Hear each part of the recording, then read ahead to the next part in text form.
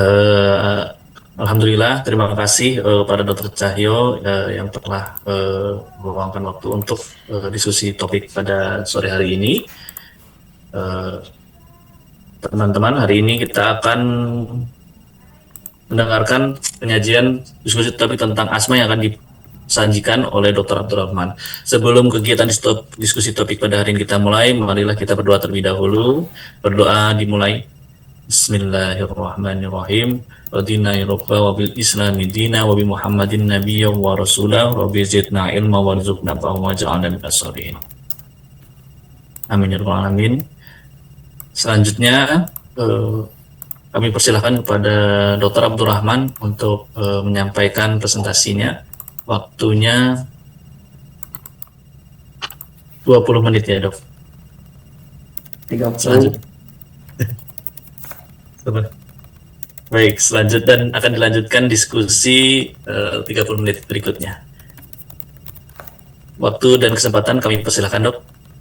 Baik, terima kasih. Bismillahirrahmanirrahim. Assalamualaikum warahmatullahi wabarakatuh. Terima kasih kepada Dr. Cahyo, Dr. Norman, dan Dr. Marsha, serta rekan P3DS sekalian. Insya Allah pada sore hari ini saya akan mempresentasikan topik mengenai asma. Insya Allah pada presentasi ini kita akan bahas mengenai definisi imunopatogenesis, pendekatan diagnosis, serta tata laksana berdasarkan panduan terbaru terutama dari GINA 2025. Dari definisi, menurut pedoman PDPI, asma merupakan penyakit heterogen yang umumnya ditandai dengan inflamasi kronik pada saluran napas. Penyakit ini biasanya ditandai oleh riwayat gejala respirasi berupa nyeri, sesak napas, rasa berat di dada, serta batuk. Gejala tersebut bersifat bervariasi baik dalam waktu maupun intensitas, serta disertai dengan variasi hambatan aliran udara ekspirasi. Terdapat beberapa karakteristik klinis asma yang sering ditemukan. Yang pertama yaitu gejala asma yang bersifat episodik dan dapat kambuh-kambuhan dengan variasi intensitas dari ringan hingga berat. Kemudian terdapat reversibilitas yaitu perbaikan obstruksi jalan napas setelah pemberian bronchodilator. Kemudian sering ditemukan riwayat atopi seperti ada alergi, rinitis alergi, konjungtivitis maupun eksim. Kemudian terdapat gejalanya dapat dipicu oleh berbagai faktor seperti perubahan cuaca, aktivitas fisik atau olahraga, pajanan debu atau iritan, infeksi saluran napas, stres maupun makanan tertentu. Selain itu, pasien juga sering mengalami lebih dari satu keluhan respirasi dan secara bersamaan dan gejala biasanya memburuk pada malam hari atau dini hari. Nah, karakteristik ini kenapa kita harus kenali, karena ini akan membantu kita dalam mencurigai diagnosis asma secara klinis. Pada slide ini ditampilkan dasar imunologi yang mendasari terjadinya asma, yaitu reaksi hipersensitivitas tipe 1. Hipersensitivitas tipe 1 merupakan respons imun yang dimediasi oleh sel T helper 2, antibodi imunoglobulin E, sel mast dan eosinofil. Pada mekanisme ini, alergen akan memicu aktivasi sel T helper 2 yang kemudian merangsang sel B untuk memproduksi imunoglobulin E atau IgE. IgE selanjutnya berikatan dengan reseptor Fc pada permukaan sel mast. Ketika terjadi pajanan ulang terhadap alergen yang sama, maka alergen tersebut akan berikatan dengan IgE pada sel mast sehingga memicu degranulasi sel mast. Nah, proses ini menyebabkan pelepasan berbagai mediator inflamasi seperti histamin, leukotrien, dan sitokin yang menimbulkan inflamasi pada saluran napas. Inflamasi ini kemudian berkontribusi bermakna terhadap bronkokonstriksi, peningkatan produksi mukus, serta rekrutmen sel inflamasi seperti eosinofil yang merupakan karakteristik utama pada patofisiologi asma. Jadi yang pertama kita mulai dari fase sensitisasi, di mana fase ini terjadi pada pajanan pertama terhadap alergen. Pada tahap ini, alergen akan ditangkap oleh sel dendritik, kemudian dipresentasikan kepada sel T CD4 naif melalui molekul MHC. Selanjutnya, sel T tersebut berdiferensiasi menjadi sel T helper 2 dan mengalami ekspansi klonal. Sel T helper 2 nantinya akan menghasilkan beberapa sitokin penting, terutama interleukin 4, interleukin 5, interleukin 9, dan interleukin 13. Interleukin 4 akan berperan dalam merangsang sel B untuk melakukan untuk melakukan perubahan kelas antibodi dan menghasilkan antibodi IgE, sedangkan interleukin 5 berperan dalam aktivasi dan rekrutmen eosinofil. IgE yang terbentuk kemudian akan berikatan dengan reseptor Fc pada sel mas, sehingga sel mas nantinya akan tersensitisasi. Nah, pada pajanan alergen berikutnya, sel mas yang telah tersensitisasi ini akan mengalami degranulasi dan melepaskan mediator inflamasi yang akhirnya memicu gejala asma. Kemudian fase eksaserbasi. Pada fase ini, antigen dan alergen akan langsung berikatan dengan IgE yang sudah terikat pada reseptor Fc di permukaan sel mas. Nah, ikatan yang ini itu akan menyebabkan aktivasi dan degranulasi sel mas secara masif, sehingga berbagai mediator inflamasi dilepaskan. Mediator yang dilepaskan antara lain histamin, leukotrien, serta berbagai mediator vasoaktif lainnya. Mediator tersebut kemudian menyebabkan beberapa perubahan pada saluran napas, yaitu bronkokonstriksi akibat kontraksi otot polos bronkus, edema mukosa, serta hipersekresi mukus. Ketiga mekanisme ini menyebabkan penyempitan lumen saluran napas yang secara klinis akan menimbulkan gejala seperti mengi, sesak napas, batuk pada asma. Slide ini menunjukkan klasifikasi fenotip asma berdasarkan tipe inflamasi, yaitu ada asma tipe 2 atau T2 dan asma non-T2. Pada asma tipe 2, jadi terjadi proses inflamasi yang dimediasi oleh sel T helper 2 atau TH2 yang menghasilkan sitokin utama, yaitu interleukin 4, interleukin 5, dan interleukin 13. Sitokin-sitokin tersebut akan merangsang respons imun tipe 2 yang ditandai dengan peningkatan imunoglobulin E serta eosinofilia. Secara klinis, kelompok ini biasanya mencakup beberapa fenotip antara lain asma alergik, asma yang dipicu oleh olahraga, asma eosinofilik dengan onset lambat, penyakit respirasi yang diperberat oleh aspirin, serta asma dengan onset sangat lambat yang sering ditemukan pada wanita. Sebaliknya, asma non-T2 tidak didominasi oleh inflamasi eosinofilik, melainkan dapat berkaitan dengan mekanisme lain seperti asma terkait obesitas, asma neutrofilik yang berhubungan dengan merokok, serta asma pausigranulositik yang dimediasi oleh disfungsi otot polos saluran napas. Nah, pembagian fenotip ini menjadi penting. Kenapa? Karena ini akan memengaruhi pemilihan terapi kita nantinya kepada pasien, terutama dalam menentukan terapi biologik pada pasien-pasien asma berat dengan inflamasi tipe 2. Nah, berikut asma yang tipe 2 yaitu tipe eosinofilik. Nah, pada tipe ini jalur inflamasi yang melibatkan subpopulasi sel T CD4 yaitu sel T helper 2. Sel T helper 2 akan mensekresikan beberapa sitokin utama, yaitu interleukin 4, interleukin 5, dan interleukin 13, di mana sitokin tersebut berperan dalam mengaktifkan respons imun tipe 2 yang kemudian ditandai dengan peningkatan kadar imunoglobulin E serta eosinofilia. Interleukin 4 terutama berperan dalam stimulasi produksi IgE oleh sel B, sedangkan interleukin 5 berperan dalam aktivasi dan rekrutmen eosinofil, dan interleukin 13 berperan dalam peningkatan produksi mukus serta hiperresponsif saluran nafas. Beberapa kondisi yang termasuk dalam asma tipe 2 antara lain asma alergik, asma yang diinduksi oleh aktivitas atau olahraga, serta asma eosinofilik yang dengan awitan lambat.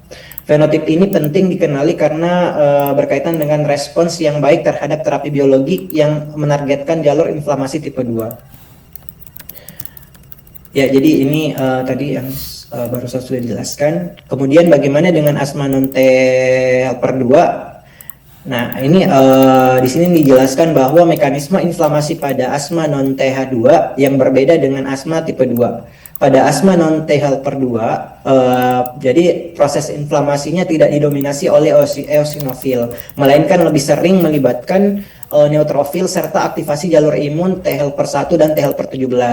Beberapa faktor yang dapat memicu proses ini antara lain tadi pajanan asap rokok, polutan, serta mikrobioma saluran napas yang berasal dari virus atau bakteri. Pajanan tersebut menyebabkan kerusakan epitel saluran napas, stres oksidatif, serta aktivasi reseptor imun bawaan seperti toll-like reseptor. Selanjutnya terjadi aktivasi monosit dan makrofag yang menghasilkan berbagai sitokin proinflamasi seperti IL-17, IL-22, dan interleukin 8, di mana sitokin ini kemudian menyebabkan rekrutmen neutrofil ke saluran napas sehingga terjadi inflamasi neutrofilik Selain itu, faktor genetik, stres oksidatif, serta perubahan pada otot polos bronkus dapat berperan dalam hiperresponsivitas bronkus serta remodeling saluran napas. Nah, fenotip asma non-TH2 ini sering ditemukan pada asma terkait obesitas atau asma pada perokok dan umumnya memiliki respons yang lebih rendah terhadap terapi kortikosteroid inhalasi dibandingkan asma tipe 2. Ini beberapa faktor risiko asma yang dapat dibagi menjadi 3 kategori, yaitu dari faktor pejamu, kemudian dari faktor lingkungan, dan juga dari faktor pencetusnya. Saya rasa teman-teman semua sudah tahu. Ini adalah diagnosis asma berdasarkan dari anamnesis dari buku PDPI. Jadi tadi gejala utamanya ada sesak napas, batuk, rasa tertekan atau berat di dada, dan juga mengi atau suara ngik-ngik. Kemudian sifat gejalanya episodik dan bervariasi, di mana frekuensi serta intensitasnya berubah-ubah. Kemudian dari pola waktu, umumnya lebih berat pada malam hari atau dini hari. Dan faktor pencetus, biasanya ada faktor pencetusnya bisa karena infeksi virus, aktivitas fisik, pajanan alergen, perubahan cuaca, emosi, kemudian pajanan zat iritan seperti asap rokok atau bau menyengat. Kemudian gejala tambahannya ada riwayat rinitis. Atau atopi. Kemudian temuan yang mengurangi kecurigaan asma yaitu batuk tanpa disertai gejala pernapasan lain, kemudian produksi sputum kronik, sesak disertai mengantuk atau kesemutan, ini kemungkinan hiperventilasi, kemudian ada nyeri dadanya lebih dominan dibandingkan dengan gejala lainnya, inspirasi dengan suara napas keras atau stridor terutama di picu aktivitas. Dari pemeriksaan fisis kita bisa temukan pada gambaran umumnya seringkali normal, terutama di luar serangan. Kalau tidak lagi stabil biasanya tampak baik-baik saja pasiennya. Kemudian temuan khasnya ada mengi terutama pada ekspirasi, kadang hanya terdengar pada ekspirasi paksa. Kemudian pada kondisi eksaserbasi berat, mengi dapat tidak terdengar akibat aliran udara sangat menurun atau silent chest. Kemudian temuan tambahannya bisa ekspirasi memanjang, kemudian ditemukan tanda hiperinflasi di mana sela iga melebar, dada cembung, hipersonor, suara napas melemah. Kemudian catatan pentingnya bahwa mengi tidak spesifik asma, kemudian dapat ditemukan juga pada PPOK, infeksi saluran napas dan saluran napas atas, tracheomalacia atau aspirasi benda asing. Kemudian dari pemeriksaan penunjangnya, di sini bisa kita lakukan pemeriksaan spirometri, di mana ini nanti untuk membuktikan ya apakah ini reversible atau irreversible. Pada asma yaitu reversible. Kemudian pemeriksaan APE, di mana ini alternatif kalau misalnya memang spirometri tidak tersedia. Kemudian variasi diurnal APE untuk mengetahui variabilitas, untuk menilai variabilitas dari pasien-pasien asma. Kemudian eosinofil darah, ini nantinya untuk mendukung apakah ini tipe eosinofilik atau atopik. Kemudian uji provokasi bronkus, uji kulit alergi dan juga venom. Berikut derajat kontrol asma dari PDPI. Jadi penilaian kontrol gejalanya itu ada 4 pertanyaan dalam 4 minggu terakhir yang ditanyakan apakah ada gejala siang hari lebih dari 2 kali per minggu, apakah pernah terbangun malam hari karena asma, apakah penggunaan obat pelega atau SABA diperlukan lebih dari 2 kali dalam seminggu, apakah ada keterbatasan aktivitas akibat asma. Nah, untuk klasifikasinya ini dikatakan terkontrol baik jika tidak ada jawaban ya atau 0, terkontrol sebagian jika terdapat 1 sampai 2 jawaban ya, tidak terkontrol apabila terdapat 3 sampai 4 jawaban ya. Ini dari kontrol asma, ACT, nanti bisa ini salah teman-teman juga sudah mengetahui semua. Selanjutnya yaitu terapi asma stabil. Di sini nanti akan dijelaskan dari GINA 2025 dan juga dari PDPI 2021. Pendekatan penata laksanaan asma itu dimulai dari siklus yang pertama konfirmasi, kemudian sesuaikan dan tinjau ulang. Nah, pada tahap konfirmasi atau ases, beberapa hal yang perlu dinilai meliputi gejala eksaserbasi, efek samping obat, komorbiditas, fungsi paru, serta pertimbangan biomarker dan kepuasan pasien terhadap terapi. Selanjutnya pada tahap penyesuaian, Di sini terapi disesuaikan berdasarkan hasil penilaian tersebut, di mana hal yang perlu diperhatikan meliputi konfirmasi diagnosis bila diperlukan, kontrol gejala, faktor risiko yang dapat dimodifikasi komorbiditas, teknik penggunaan inhaler, kepatuhan terapi, serta preferensi pasien. Kemudian penata laksana utama tetap menggunakan obat asma yang mengandung kortikosteroid inhalasi, disertai penanganan faktor risiko. Kemudian strategi non-farmakologis, edukasi pasien, serta rencana aksi asma. Nah, pemilihan terapi awal kemudian disesuaikan dengan frekuensi gejala pasien, di mana pada pasien dengan gejala setiap hari atau terbangun pada malam hari lebih dari 1 kali per minggu, maka dapat diberikan ICS formoterol dosis sedang sebagai terapi pemeliharaan dan pelega, atau alternatif berupa ICS laba dengan SABA sesuai kebutuhan. Pada pasien dengan gejala sebagian besar atau terbangun pada malam hari minimal 1 kali per minggu, itu dapat diberikan ICS formoterol dosis rendah sebagai terapi pemilihan dan pelega, atau ICS laba dosis rendah dengan SABA sesuai kebutuhan. Sedangkan pada pasien dengan gejala kurang dari 3 sampai 5 hari per minggu dan fungsi parunya normal, terapi yang dianjurkan adalah ICS formoterol dosis rendah bila diperlukan, atau ICS dosis rendah dengan SABA sesuai kebutuhan. Selain itu, kortikosteroid oral jangka pendek dapat dipertimbangkan pada pasien yang datang dengan eksaserbasi. Slide ini menunjukkan strategi manajemen asma pada dewasa dan remaja usia lebih dari sama dengan 12 tahun menurut GINA 2025, dengan tujuan utama mengontrol gejala serta meminimalkan risiko di masa depan.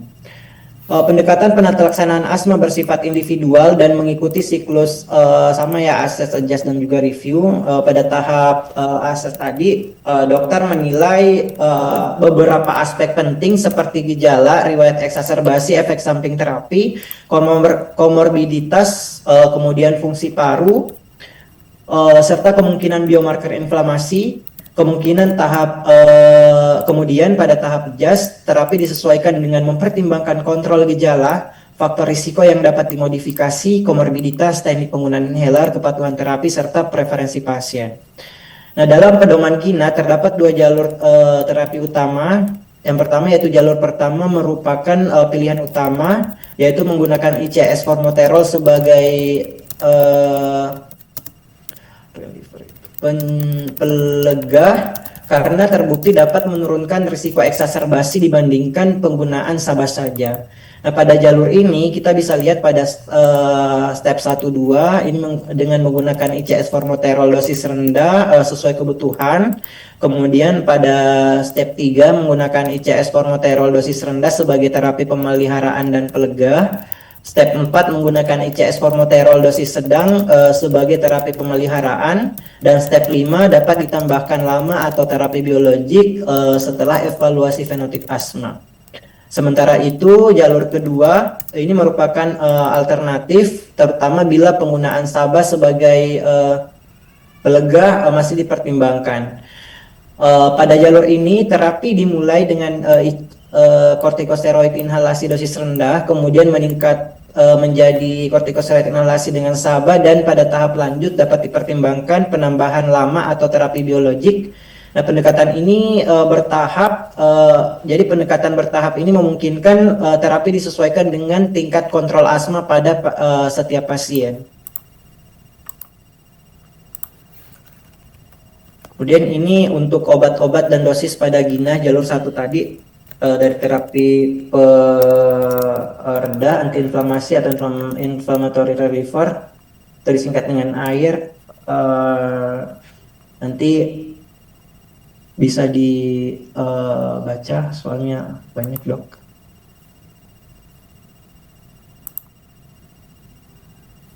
Ini untuk jalur 2, jadi sekilas untuk step 1 yaitu pengobatan utamanya tanpa terapi pemeliharaan kortikosteroid inhalasi. Kemudian pada step 2 ICS dosis rendah sebagai terapi pemeliharaan. Step 3 ICS dengan laba dosis rendah. Pada step 4 ICS laba dosis sedang, dan pada step 5 itu sudah rujuk ke ahli.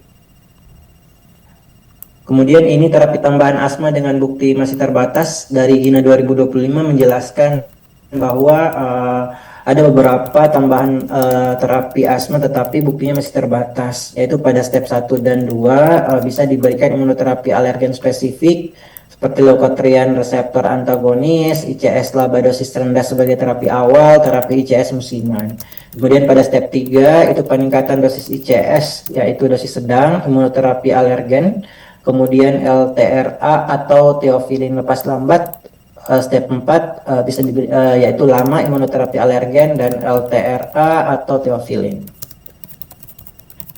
Nah, kemudian terapi step 5 asma, yang pertama yaitu rujuk ke spesialis untuk evaluasi fenotip asma. Ini dilakukan pada pasien dengan gejala persisten atau eksaserbasi meskipun terapi step 4 sudah optimal. Kemudian ICS laba dosis tinggi, ini dikombinasi ICS laba dosis tinggi dipertimbangkan jika kontrolnya memang belum tercapai dengan dosis yang sedang tadi. Kemudian maintenance anti-liver therapy atau MART, yaitu dengan ICS formoterol digunakan sebagai terapi pemeliharaan dan pereda.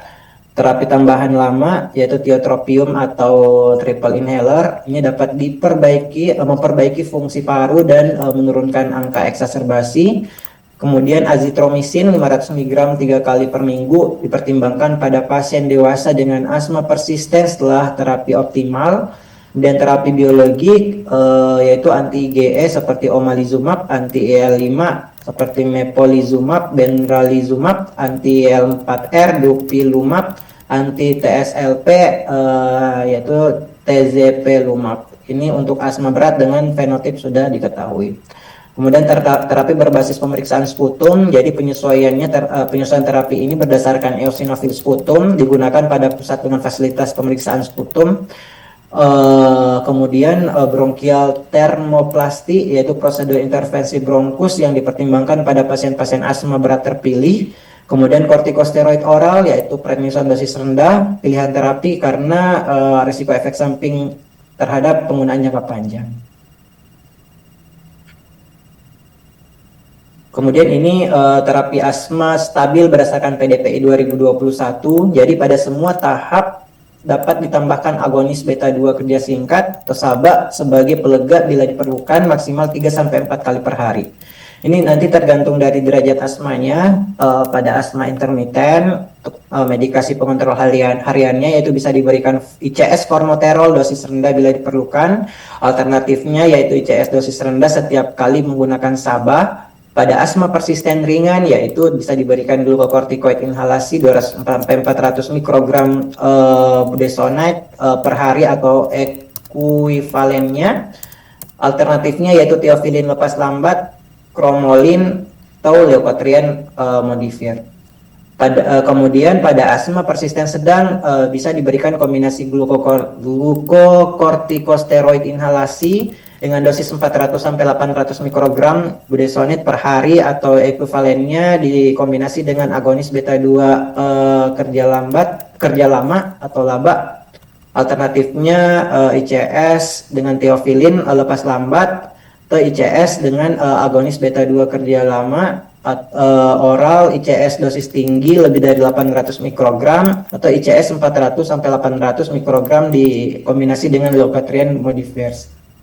Kemudian ada alternatif lainnya lagi yaitu bisa ditambah agonis beta 2 kerja lama oral dan ditambah teofilin lepas lambat.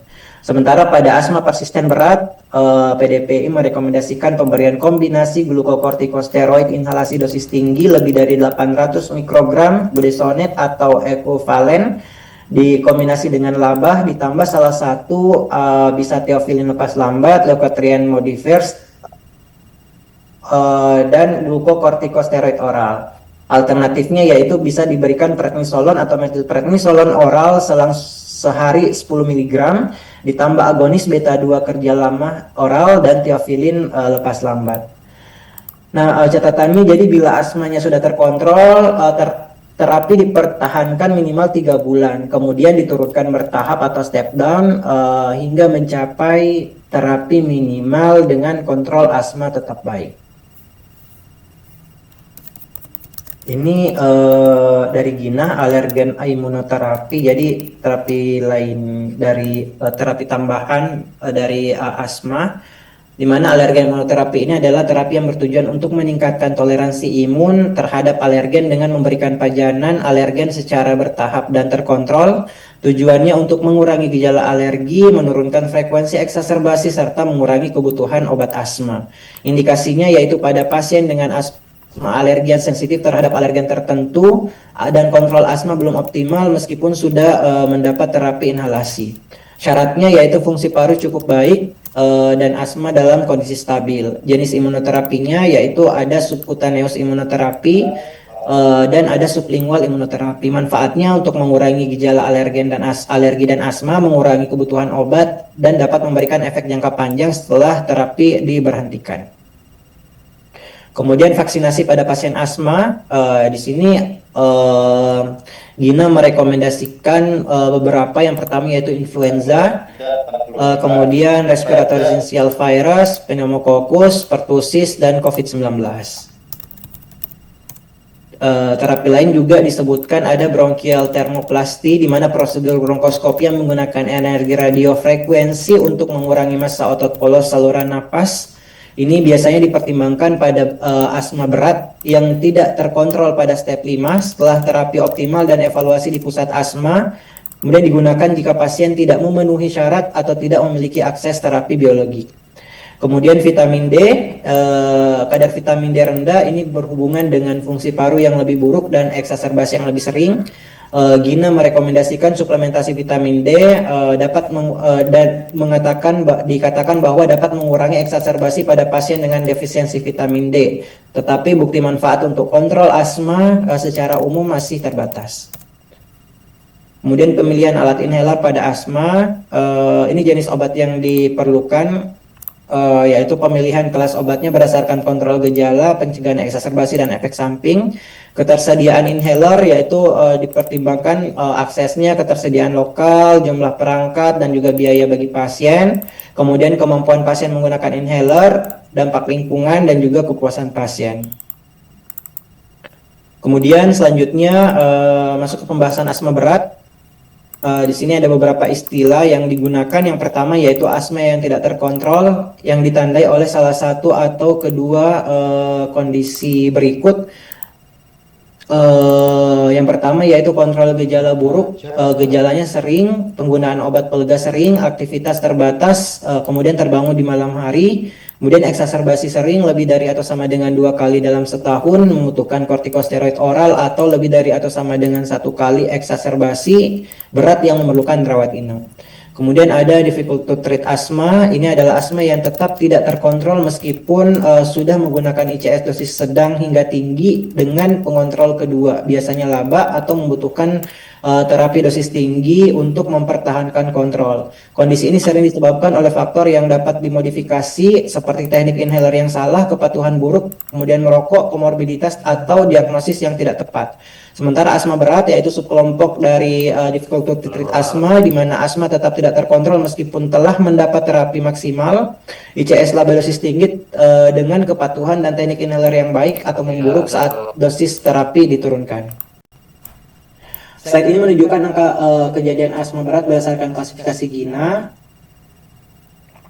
Nah, kemudian selanjutnya yaitu jadi slide ini menunjukkan alur evaluasi dan penata laksanaan dari difficult to treat asma pada dewasa dan remaja menurut Gina 2025. Jadi pada langkah pertama adalah memastikan kembali diagnosis asma, karena beberapa kondisi lain dapat menyerupai asma, tadi di awal sudah disampaikan, sehingga perlu dipertimbangkan diagnosis banding. Selanjutnya dilakukan identifikasi faktor yang berkontribusi terhadap gejala yang tidak terkontrol seperti teknik penggunaan inhaler yang tidak tepat, kepatuhan terapi yang rendah, serta komorbiditas seperti obesitas, GERD, rhinosinusitis kronis, obstructive sleep apnea, atau obstruksi laring. Selain itu perlu juga menilai faktor risiko yang dapat dimodifikasi, misalnya pajanan asap rokok, alergen lingkungan, penggunaan obat tertentu seperti beta blocker atau NSAID, penggunaan berlebihan salah atau efek samping obat, serta faktor psikososial serta ansietas dan depresi. Nah, langkah berikutnya adalah mengoptimalkan penataksanaan asma yang meliputi edukasi pasien, memastikan teknik inhaler yang benar dan kepatuhan terapi, serta mempertimbangkan penggunaan ICS formoterol sebagai terapi pemeliharaan dan juga pereda bila tersedia. Kemudian intervensi non farmakologi seperti berhenti merokok, aktivitas fisik, penurunan berat badan, dan vaksinasi juga perlu dipertimbangkan. Selain itu, komorbiditas harus ditangani dengan dapat dipertimbangkan terapi tambahan non biologik seperti LAMA atau LTRA. Jika belum pernah dilakukan, dapat dilakukan uji coba terapi ICS laba dosis tinggi selama 3-6 bulan. Setelah optimalisasi terapi dilakukan, evaluasi respons dalam 3-6 bulan. Apabila asma masih tidak terkontrol, maka perlu dipertimbangkan kemungkinan asma berat dan rujuk ke spesialis atau klinik asma berat. Sebaliknya, bila kontrolnya baik, maka dapat dipertimbangkan penurunan terapi secara bertahap, misalnya menurunkan dosis atau menghentikan kortikosteroid oral jika sebelumnya digunakan. Kemudian selanjutnya ini menunjukkan izin dokter. Yap. Waktu tinggal 2 menit lagi dokter. Oke, baik. Mohon izin dokter Cahyo, apa langsung ke penatasan eksaserbasi saja dok? Lanjut ya dok, lanjut dok. Lanjut saja. Nah, pada slide ini menunjukkan alur penilaian dan penatasanaan fenotip asma berat yang umumnya dilakukan pada pelayanan spesialis atau klinik asma berat. Nah, langkah pertama adalah melanjutkan optimalisasi penelaksanaan dasar, termasuk memastikan teknik penggunaan inhaler yang benar, kepatuhan terapi, penanganan komorbiditas, serta intervensi non-farmakologis. Nah, pada langkah kelima, ini menunjukkan dilakukan evaluasi, diagnosis banding, dan memberikan dukungan pasien. Hal ini mencakup pemeriksaan seperti fototoraks atau HRCT bila belum dilakukan, uji tusuk kulit atau IgE spesifik untuk menilai alergi, serta evaluasi kondisi lain yang dapat menyerupai asma seperti ARD itu aspirin exacerbated respiratory disease, bronkiektasis, stenosis, jalan napas, atau infeksi seperti TB.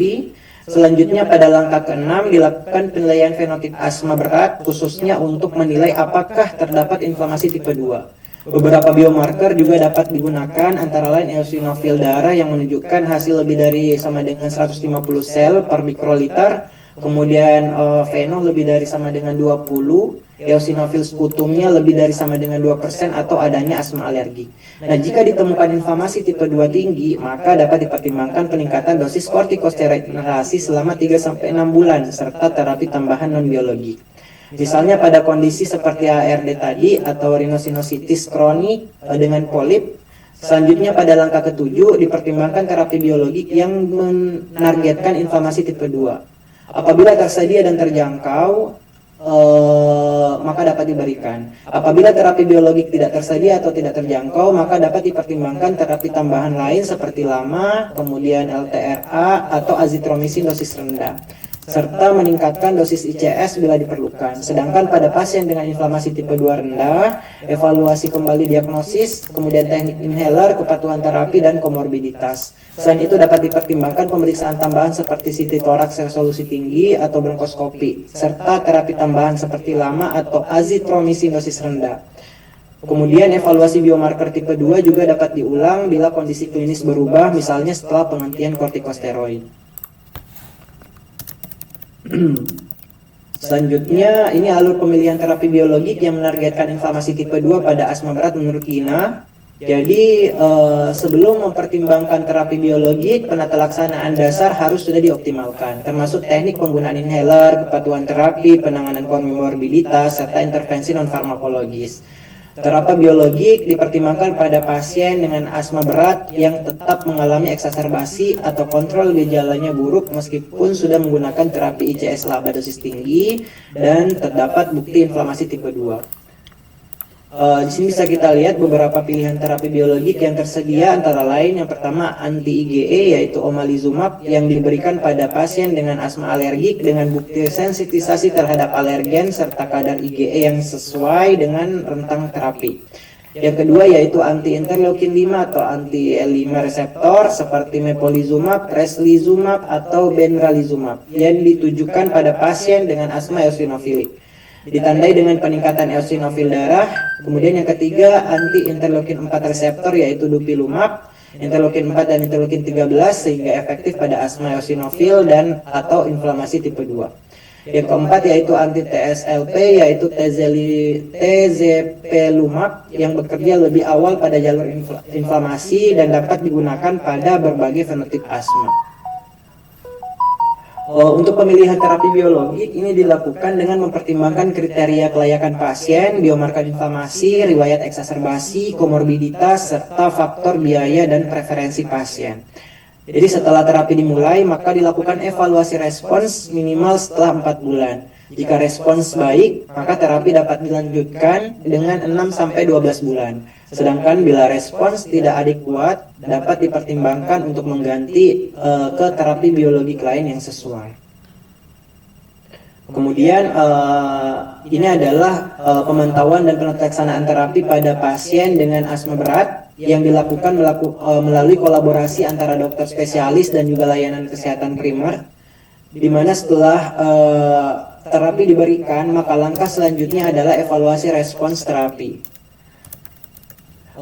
Penilaian ini mencakup beberapa aspek, yaitu kontrol gejala asma, frekuensi eksaserbasi, fungsi paru, komorbiditas seperti polip hidung atau dermatitis atopik, serta efek samping dan keterjangkauan terapi. Selain itu, kepuasan pasien terhadap terapi juga perlu dipertimbangkan. Apabila pasien menunjukkan respons yang baik terhadap terapi biologik tipe 2, maka pasien perlu dievaluasi ulang setiap 3-6 bulan. Nah, pada tahap ini dapat dipertimbangkan penurunan atau penghentian kortikosteroid oral terlebih dahulu, kemudian secara bertahap menurunkan obat tambahan lain sesuai respons klinis.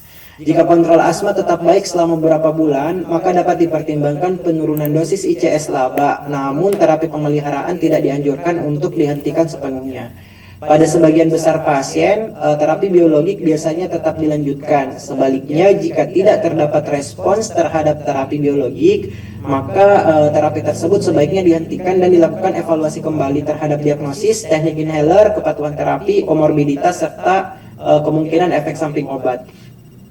Selain itu, dapat dipertimbangkan pemeriksaan tambahan seperti CT toraks resolusi tinggi, evaluasi ulang fenotip asma, atau terapi alternatif seperti tadi azitromycin dosis rendah. Pada kasus tertentu dapat dipertimbangkan bronchial termoplasti. Kemudian yang terakhir, optimalisasi penata laksanaan itu tetap perlu dilanjutkan, termasuk perbaikan teknik inhaler, peningkatan kepatuhan, pengelolaan komorbiditas, strategi non-farmakologis, serta koordinasi dengan layanan kesehatan primer untuk perawatan. Kemudian selanjutnya definisi dan faktor pencetus eksaserbasi asma. Eksaserbasi asma adalah episode perburukan gejala secara progresif berupa sesak napas, batuk, mengi, rasa berat di dada, disertai penurunan fungsi paru dan memerlukan perubahan terapi. Ini untuk faktor pencetusnya ada beberapa. Yang pertama dari infeksi saluran napas, bisa karena adenovirus, influenza, adenovirus pertussis, dan juga RSV.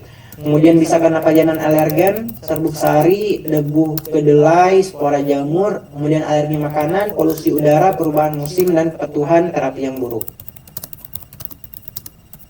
Ini faktor yang meningkatkan risiko asma mengancam jiwa.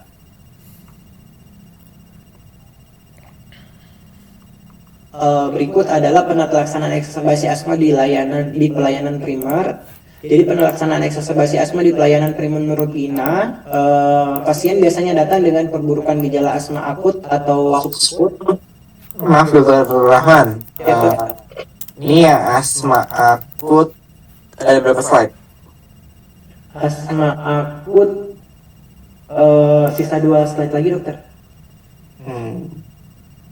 Coba lihat deh slide selanjutnya. Ini sama sudah dok. Kurang detail sih pembahasan tentang asma akut ya. Yaudah yang asma akutnya di minggu depan aja. Oh iya baik dok. Tapi yang lebih detail lagi ya pembahasannya ya, yang asma akut. Karena asma akut nanti kaitannya sama kalian nanti penata laksanaan saat kalian jaga di IGD.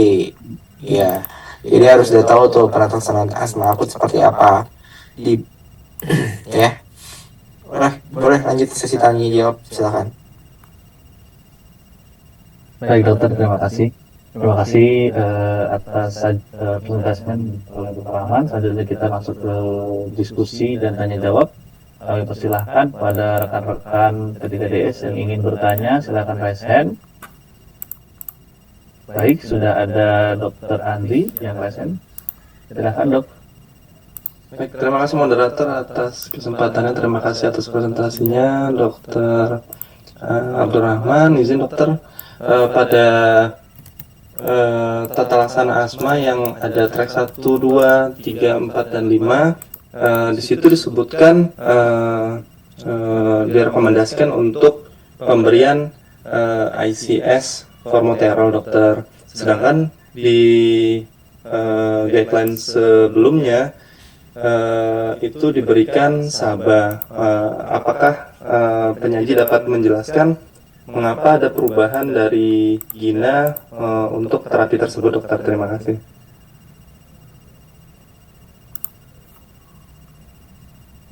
Dok, iya dok, jadi memang dok pada Gina 2025 ini menegaskan kalau semua pasien asma dewasa dan remaja itu memerlukan terapi preventif yang mengandung kortikosteroid inhalasi atau ICS dok. Bahkan pada langkah terapi di awal terapi pertama untuk menurunkan risiko eksaserbasi berat dan juga risiko kematian dok. Nah kemudian penggunaan SABA saja sebagai satu-satunya terapi itu dikatakan terbukti meningkatkan risiko eksaserbasi berat dan mortalitas sehingga Gina di sini melarang SABA tunggal dok dan lebih mengarahkan ke ICS formoterol atau kombinasi ICS SABA sebagai pilihan terapinya dok. Jadi memang sudah tidak direkomendasikan SABA tunggal. Demikian dokter Andri. Coba dok tampilin gambar tata laksana asma stabil ya, yang stepnya. Slide-nya ada kan?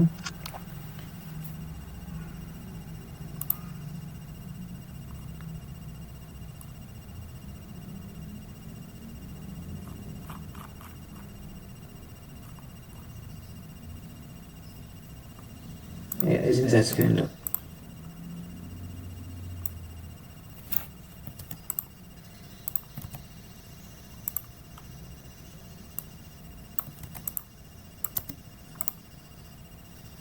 Bukan dok, yang stepnya itu dok. Nah ini betul.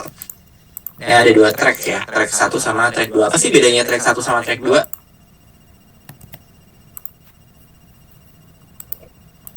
Kalau ini dok, kalau dari track 1 ini itu sebagai pilihan utama dok.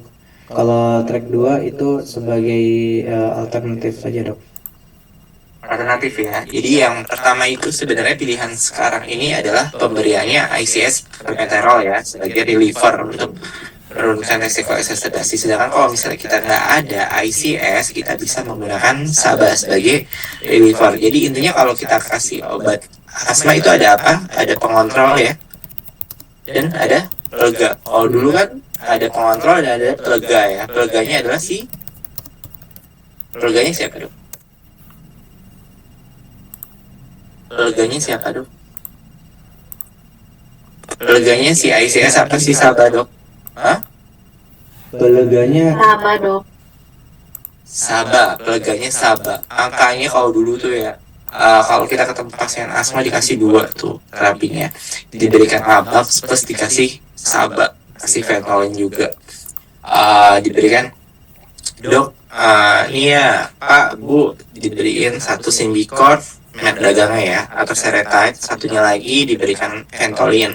Bapak Ibu kalau sesak berat nanti pakainya yang Ventolin ya. Sebagai maintenance pakainya yang Symbicort. Nah, sebenarnya sih sekarang itu sudah tidak direkomendasikan pemberian SABA sebagai pelega. Jadi kalau misalnya terjadi eksaserbasi, maksudnya kalau pasien itu sesak, boleh direkomendasikan pemberian Labax saja tanpa diberikan si SABA atau si peleganya itu. Jadi peleganya bisa si ICS ini gitu, bukan si SABA. Itu rekomendasi yang terbaru ya. Tapi kalau misalnya ternyata tidak ada ICS, yaitu sebagai alternatif sebagai reliever atau pelega, kita bisa menggunakan si SABA itu. Ya. Nah, bedanya apa sih dok? Yang atas sama yang bawah, jalur 1 atau jalur 2 di step 1 2 ini dok? Dijelasin secara detail coba Dr. Rahman.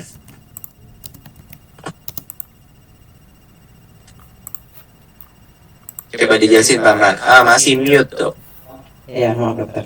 Ya dok, jadi pada jalur terapi pertama ini yang utama dok, ini jalur pertama merupakan pilihan utamanya memang dok, yaitu dengan penggunaan ICS formoterol sebagai pelega, karena tadi dikatakan terbukti dapat menurunkan risiko eksaserbasi dan dibandingkan dengan penggunaan SABA saja dok. Nah pada jalur ini step 1 dan 2-nya itu menggunakan ICS formoterol dosis rendah sesuai dengan kebutuhan. Kemudian step 3-nya menggunakan ICS formoterol dosis rendah sebagai terapi pemeliharaan dan juga pelega. Sementara pada step 4 yaitu menggunakan ICS formoterol dosis sedang sebagai terapi pemeliharaan, dan step 5-nya dapat ditambahkan lama atau terapi biologik setelah evaluasi fenotip asma dok. Sementara itu pada jalur kedua ini merupakan alternatif, dimana terutama bila penggunaan SABA sebagai pelega masih bisa dipertimbangkan. Nah pada jalur ini terapinya dimulai dengan ICS dosis rendah, kemudian meningkat menjadi ICS laba, dan tahap lanjut dapat dipertimbangkan penambahan lama atau terapi biologik dok. Oke. Dokter bisa tahu dosis ringan, sedang, berat? Ada di slide-nya. Izin dok.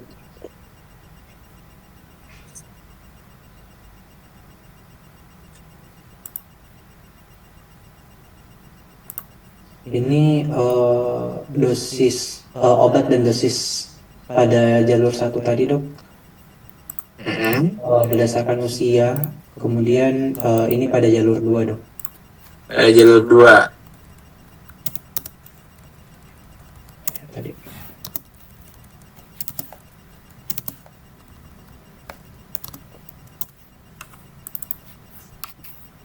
Tahu nggak dosis rendah itu berapa? ICS dosis rendah. Budesonide dosis rendah itu berapa? Kemudian ada apa lagi selain budesonide?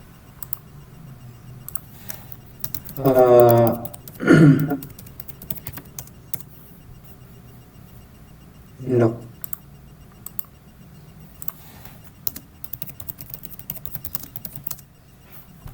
Iya, berapa dosis rendah itu? Dosis rendah dari budesonide itu 200 sampai 400 mikrogram dok. 200 sampai 400 mikrogram itu rendah. Sedang? Yang saya sedang itu 400 sampai 800 mikrogram, sementara yang tinggi yaitu lebih dari 800 mikrogram dok, atau sama dengan 2 kali 2 puff. Oke, ICS selain budesonide ada apa aja?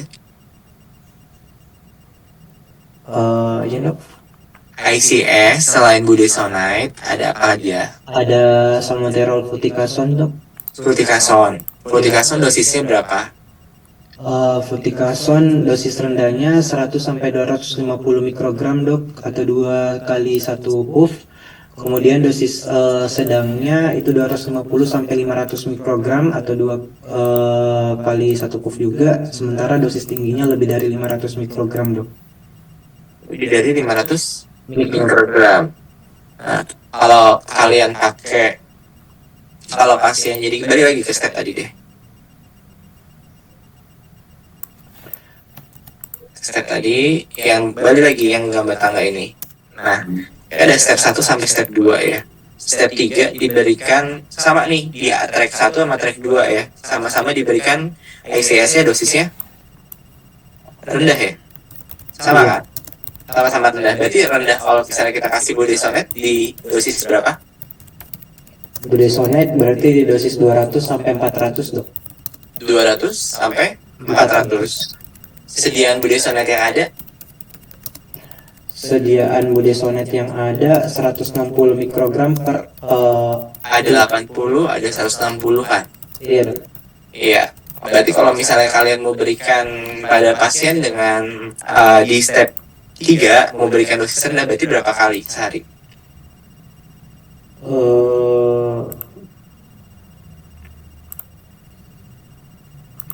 Kalau 160 sedianya, kamu ngasih berapa kali sehari? Kan tadi dosis rendah 200 sampai 400 mikrogram budesonide. Ya kamu mau ngasih berapa kali sehari dengan 160 mikrogram sediaan yang ada? Ya, 2 kali lah dok. 2 kali 2 dok. Iya, 2 kali 2, 2 kali 2, banyak kan dok? 160, 2 kali 1 lah, 360 kali 2, 640, 740, sorry, kebanyakan. Jadi kalau kamu pada dosis ICS-nya dosis rendah, ya kamu berikan 2 kali 1 dengan sediaan yang 160 mikrogram. Ya, paham ya? Sekarang yang di poli, ada yang udah poli? Saya dok. Dokter Sabrina poli di mana? NSPG dok. SPG. Ini di Fatmawati ada? Saya dok. Siapa lagi? Saya sudah dok. Yang sudah melewati poli siapa? Juga dok, sudah dok. Yang sudah melewati siapa? Saya minggu pertama dok poli. Yang udah melewati? Saya Dokter Faris, Dokter Ibas, sama Dokter siapa? Isman. dok. Pertanyaan saya, setiap ada pasien asma, apakah kalian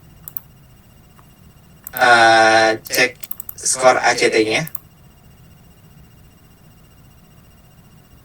iya dok, dari anamnesis dok. Gimana hasil emangnya?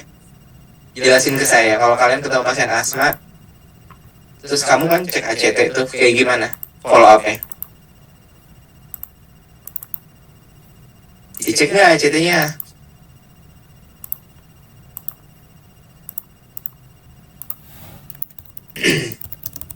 Ditanya aja sih dok, misalnya dari dalam minggu terakhir berapa kali dalam sebulan ini, kemudian serangan malam harinya berapa kali dok dalam terakhir.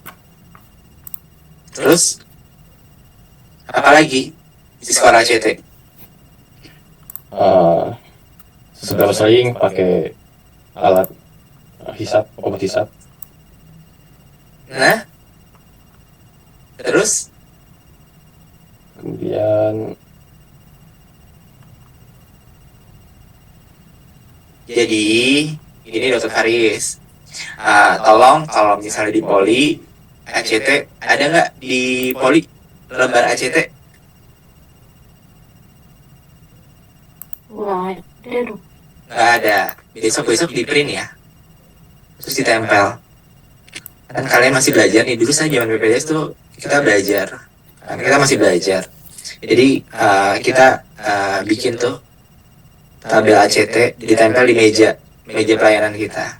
Kalau ada pasien asma, kita hitung skor ACT-nya.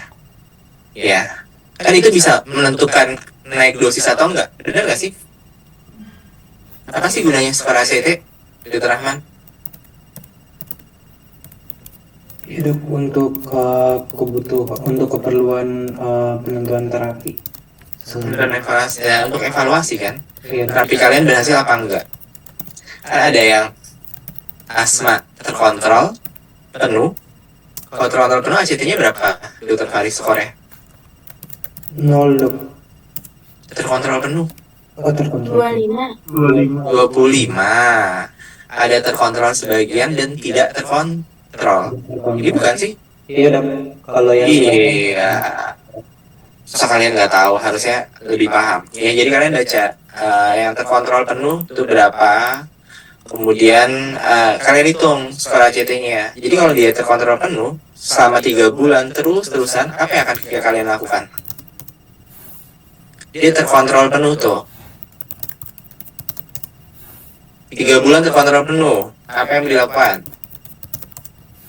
Bisa pertimbangkan penurunan dosis obat dok, step down. Sebelum itu Spirometri dok. spirometri dulu. Kalian lihat spirometrinya gimana. Ya, kalau spirometrinya bagus, kalian bisa di step down. Step downnya gimana caranya? Ada nggak Dokter Rahman? Jelasin. Step downnya. Gimana caranya? Iya dok. Jadi kalau asmanya sudah terkontrol terkontrol baik dan faal parunya menetap tadi selama 3 bulan, maka penurunan dosis kortikosteroid inhalasinya 25 sampai 50% dalam rentang 3 bulan, Dok. Itu sudah bisa dilakukan, Dok. 25 sampai 50%. Iya, jadi 50% bisa kalian turunkan tuh. Yang tadinya dia masuk di misalnya step 2, 3, step 4 ya, dosis sedang, kalian bisa turunin tuh menjadi setengahnya. Step sedang tadi berapa kalau budesonide dapetnya? 400 sampai 800. 400 sampai 800. Ya, 400 sampai 800. Bisa kalian berikan 2 kali 2. Iya, 2 kali 2 bisa kalian turunin itu 50% ya. 2 kali 2 berapa? Dengan sediaan 160. 640. Iya, 640. Turunin 50%-nya. Jadi berapa? 320. 320. Gitu. Bisa kalian turunin jadi 2 kali 1. Jadi gitu. Jadi selama di poli, kalau bisa kalian tuh nggak cuma ya udah selewat aja, jangan seperti itu. Jadi benar-benar kalian pikirkan ini pasien perlu di step down atau enggak, atau perlu kita eskalasi nggak dosisnya. Sebelum kita naikin dosisnya, apa yang perlu kita lakukan, Dokter Rahman?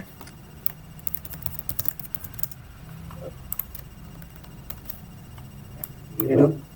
Sebelum kita menaikkan dosis steroidnya, apa yang perlu kita evaluasi? Kan tadi tuh ada assess, ada apa tuh?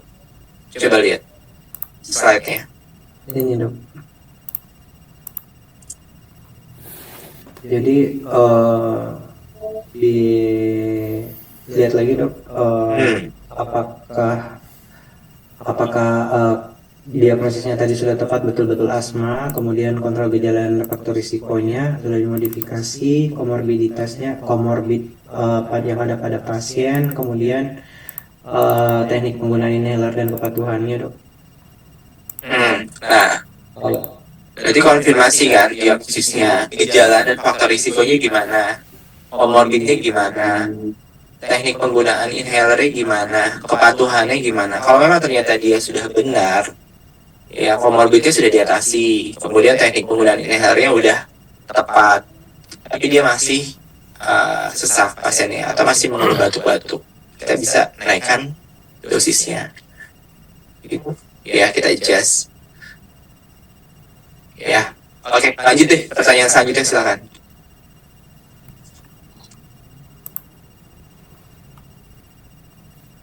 Baik, terima kasih dokter. Selanjutnya kami persilakan untuk penanya berikutnya dengan Dokter Bagus. Silakan, Dok. Baik, terima kasih dokter. Izin bertanya Dokter Rahman, tadi di slide dijelaskan bahwa ada beberapa pilihan vaksin yang berguna untuk mengurangi exacerbasi asma. Jadi contohnya kan ada influenza, RSV, pneumococcus pertussis, dan COVID ya dok ya. Nah kalau misalkan ada pasien dewasa datang tapi dia ingin bersedia divaksin, sudah kita edukasi dok, namun keterbatasan terkait dana dok. Nah untuk prioritas kita bisa memberikannya yang apa duluan ya dok ya. Terima kasih dokter. Apa bisa diulang pertanyaannya, Dokter Bagus? Oke dok, izin dok, untuk pasien dengan keterbatasan dana yang kita sudah edukasi bersedia diberikan vaksinasi, di sini kan ada rekomendasi 5 vaksin ya dok ya. Nah untuk pilihan yang utama yang kita dapat berikan itu apa dulu dok, karena terkait keterbatasan dana dari pasien itu dok.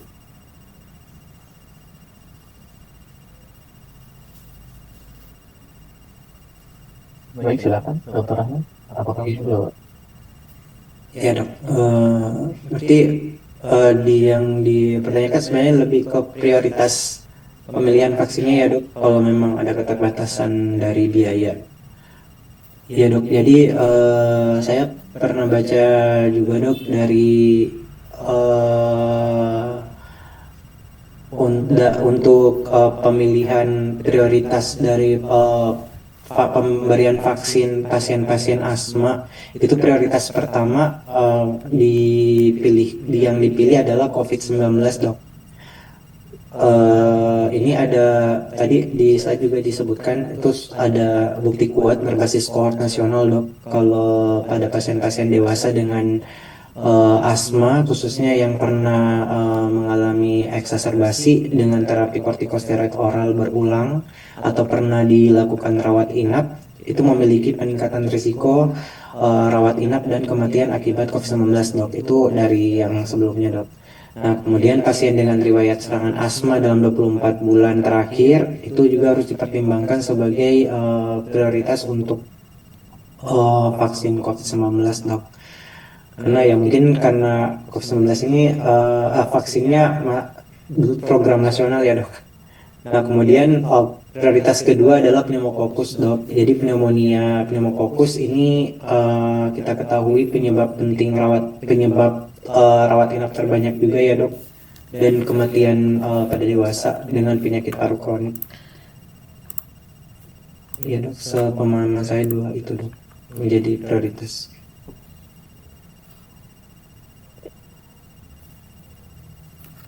Baik dokter, terima kasih jawabannya dokter Bagus. Bagaimana? Iya baik dok, terima kasih dok. Berarti kalau misalkan pasien yang udah divaksin COVID, namun udah agak lama, kita butuh booster dulu ya dok. Terima kasih dok.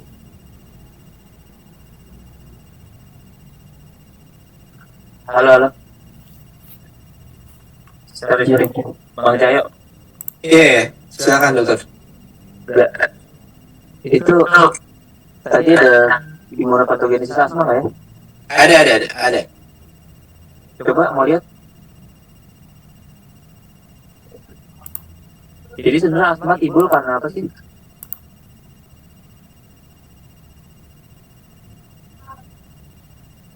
Iya, kenapa sih asma itu ada?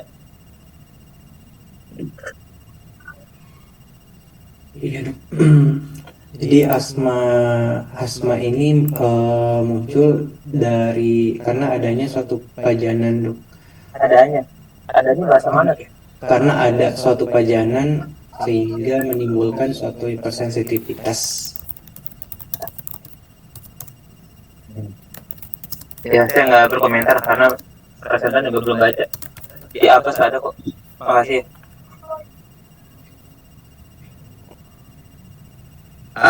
Iya dokter siapa? Dokter Rahman. Di buku Abbas tuh ada tuh dok tentang imunologi asma. Jadi dokter nanti di situ ada alergen masuk. Kemudian yang terkait itu apa? Nah nanti dihubungkan dengan terapi biologi dok. Dokter pernah nemu nggak ya gambarnya? Saya ada tuh slide saya. Coba lihat dok di slide dokter dok. Nanti hubungannya sama interleukin 5, IL5, kemudian 13, 7. Nah, nanti sama reseptor dari interleukin 5R, kemudian anti TSLP untuk ngeblok si TSLP. TSLP itu letaknya ada di mana dok? Tahu nggak dok? Nanti ada obat tuh dok yang terbaru tuh. Anti TSLP, ada obat anti IL5R pada asma berat, kita bisa berikan terapi biologi kan ya dok. Nah, kita harus tahu tuh di mana letak dia ngebloknya itu dok. Nah, pada asma eosinofilik. Nah, kita tuh yang kita pakai tuh mana? Apa kita menggunakan si anti TSLP, kita ngeblok dari atas langsung, atau kita bisa mengeblok di interleukin 5, reseptor dari interleukin 5R, jadi menurunkan nilai eosinofilnya. Kalau kita ngeblok si TSLP, TSLP di bagian atas, nanti yang akan turun nilai apanya nih dok? Gitu. Ada nggak di situ dok? Imunologinya? Iya dok, ini dok di slide ini yang menjelaskan asma tipe 2 eosinofil dok. Enggak dok, ada lagi yang lebih lengkap lagi dok. Di buku Abbas itu ada dok. Baik dok, nanti saya cari lagi dok. Nah nanti dokter cari ya. Jadi pas pertemuan selanjutnya dokter bisa jelasin ya. Karena itu berguna banget dok. Karena update terbaru tuh asma obat-obatan seperti Symbicort itu mungkin akan sudah mulai ditinggalkan gitu loh. Ntar orang akan beralih ke terapi yang baru, yaitu terapi biologis. Jangan sampai kita nggak tahu update terbaru tentang terapi biologis itu seperti apa, kerjanya bagaimana. Jangan kita ada Medrep menawarkan, ini dok ada obat baru loh dok, terapi biologis, harganya sekian dok, bisa ini, tapi kita nggak tahu cara kerjanya seperti apa. Karena kita sebagai dokter spesialis paru itu harus tahu imunologinya seperti apa, ya. Ntar dibaca lagi ya. Baik dok. Terima kasih. Lanjut yuk. Pertanyaan selanjutnya. Ada yang mau nanya lagi nggak? Baik, satu pertanyaan lagi ya dok.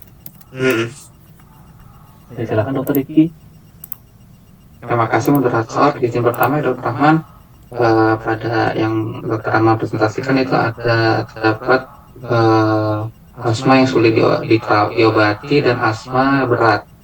Mengapa ini dibedakan dan bagaimana implementasi terapinya dok? Terima kasih. Jadi apa bedanya asma berat sama asma Sulit diobati dokter. Difficult Difficult to treat asma. difficult to treat asma? Bedanya apa dok? Difficult to treat asma. Ya, terima kasih Dokter Rifki. Jadi tadi pertanyaannya mengapa keduanya dibedakan? Bagaimana dok tadi pertanyaannya dok? Maaf. Mengapa klasifikasi asma berat dan difficult to treat asma atau asma yang sulit diobati itu dibedakan, dan apakah ada implementasi klinisnya dokter terhadap terapi asma? Oh iya dok, baik dok. Ya dok, jadi di Gina ini memang membagi pasien dengan asma yang tidak terkontrol dengan difficult to treat asma. Jadi meskipun sudah untuk implikasi klinisnya di Gina itu disebutkan bahwa meskipun sudah pada step 4-5 misalnya dengan ICS dosis sedang tinggi dengan penggunaan laba, itu menjadi difficult to treat asma dan asma berat berdasarkan penyebab yang tidak terkontrolnya dok. Nah sementara untuk difficult to treat asma umumnya itu dipengaruhi oleh faktor seperti ketidakpatuhan, kemudian teknik inhaler yang keliru saat penggunaan, kemudian pajanan alergen atau komorbiditas. Sedangkan untuk asma berat itu didefinisikan sebagai asma yang tetap tidak terkontrol meskipun faktor-faktor tersebut yang tadi sudah disebutkan itu telah diatasi dan terapinya sudah optimal dok. Nah kemudian perbedaannya ini itu penting, kenapa? Karena ini menentukan strategi selanjutnya dok. Jadi kalau tadi difficult to treat-nya itu lebih banyak fokus pada koreksi penggunaan terapi dan juga pengendalian komorbiditas, sedangkan untuk asma berat itu membutuhkan penilaian fenotip, biomarker dan juga kemungkinan terapi biologi dokter. Demikian dokter. Baik, terima kasih dokter. Baik, terima kasih Dokter Cahyo, Dokter Maman. Selanjutnya, apakah ada feedback tambahan dok? Nggak ada dok, lanjut dok, silakan. Yang salah.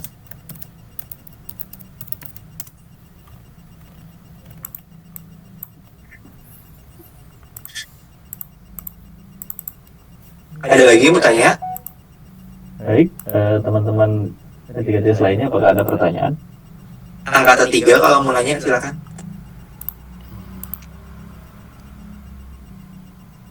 Udah berarti yang angkatan 3 ada siapa nih? Ada Dokter Iqbal, Dokter Muhammad Ridwan, Dokter Rodatul Jannah, Dokter Vera. Siapa lagi? Dokter Bagus. Jadi udah ya nanya ya. Dokter Nasyita, Dokter Dede Hidayat.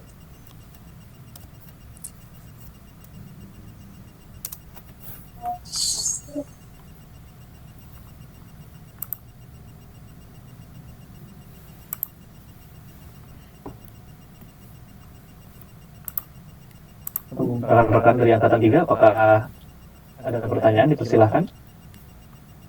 Saya mau nanya ke angkatan 2 deh. Bedanya asma intermiten, asma persisten ringan, sedang sama berat tuh apa sih? Moderator deh, Dokter Ali deh.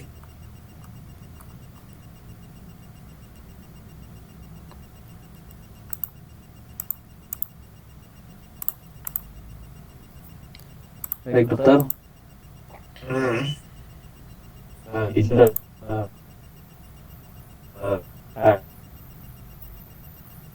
persisten Asma intermiten dulu ya. Intermiten tuh kayak gimana? baik dok, asma intermiten itu kondisi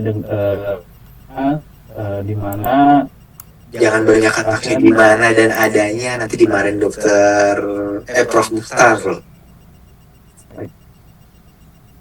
izin dok, Ah, asma intermiten jika kondisi di mana di mana lagi? Pakai di mana lagi? Ya. asma dengan gejala pagi kurang dari 1 kali per minggu, kemudian gejala malam kurang dari 2 kali per bulan, dan tidak ada gangguan aktivitas fisik dokter. Itu asma Intermiten. Jika asma persisten, Tar dulu.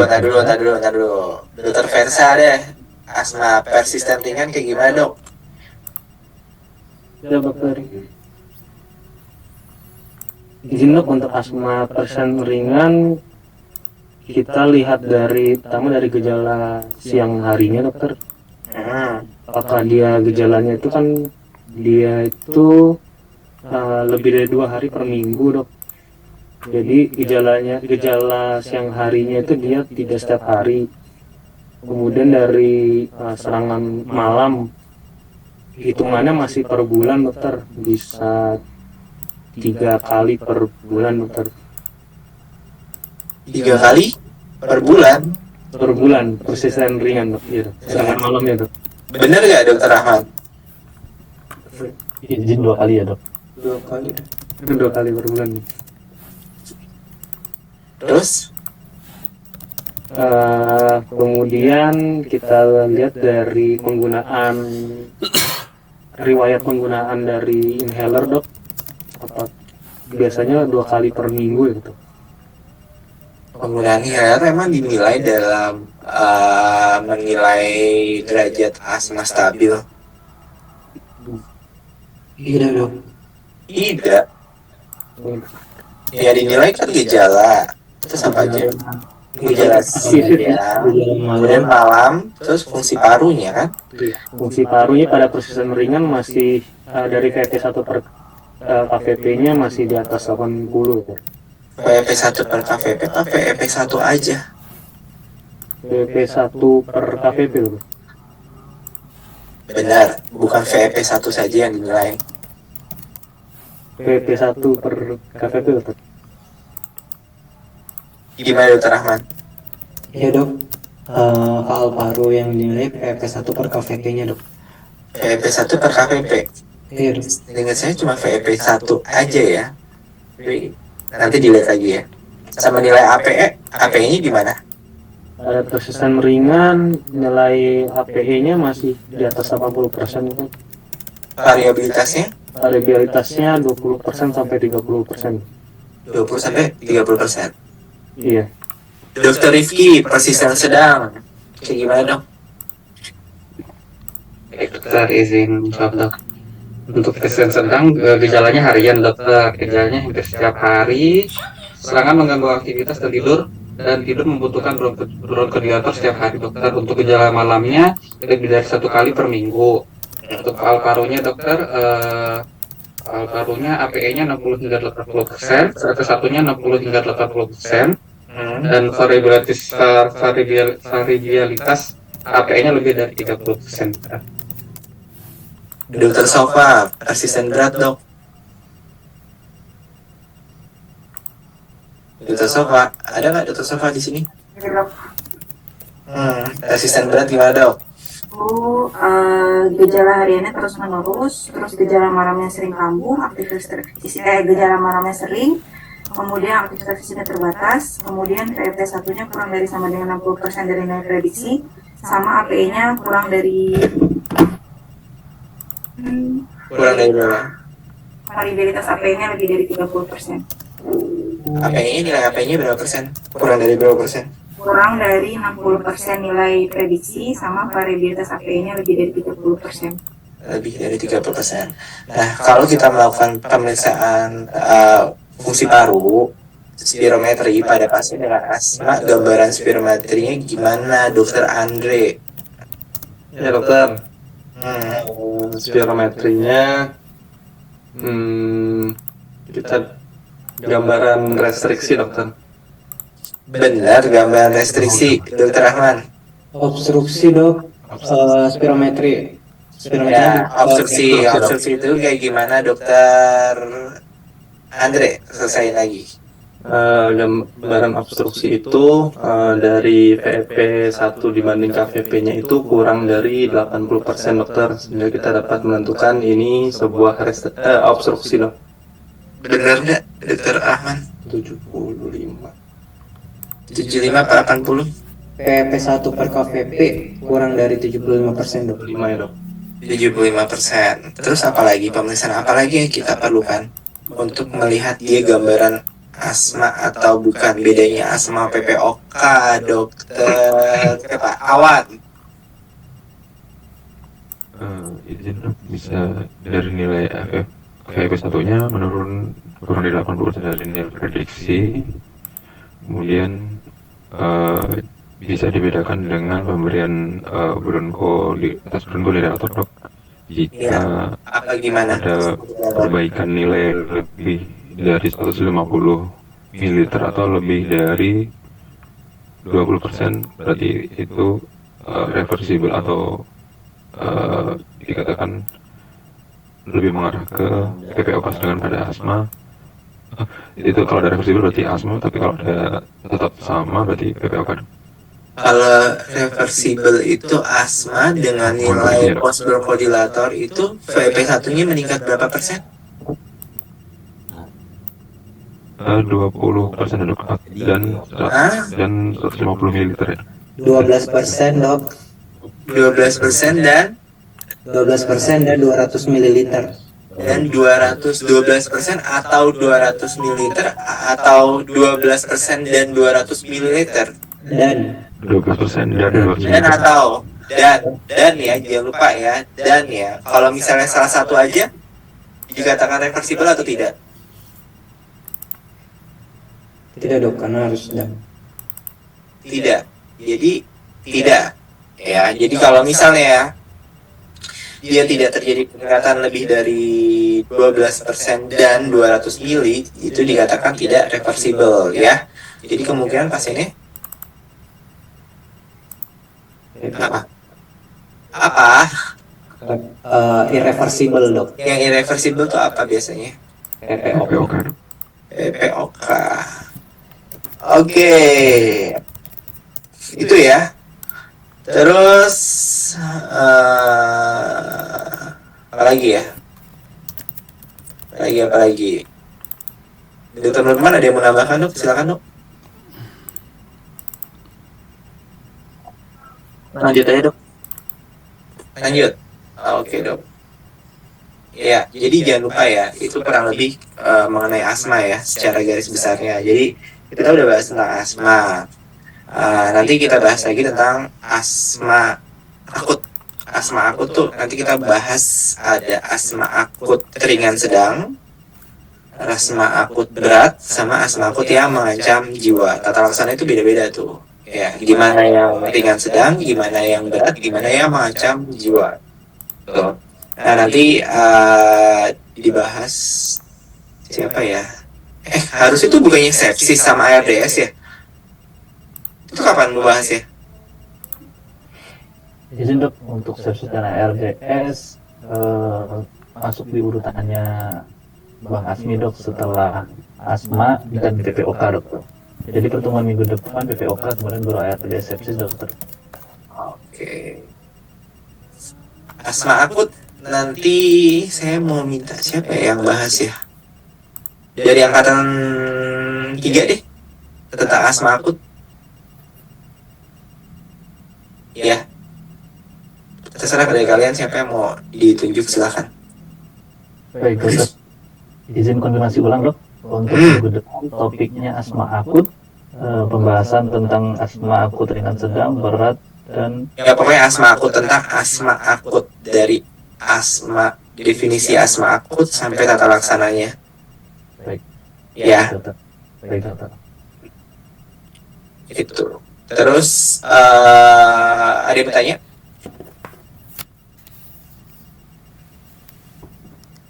Baik teman-teman, apakah masih ada pertanyaan? Kalau nggak ada, saya nanya lagi nih. Kalau menilai variabilitas tuh kayak gimana sih? Kan karakteristik asma tuh ada apa aja ya? Karakteristik asma, saya mau nanya angkatan 3 deh. Ada dokter Dede. Karakteristik asma tuh apa?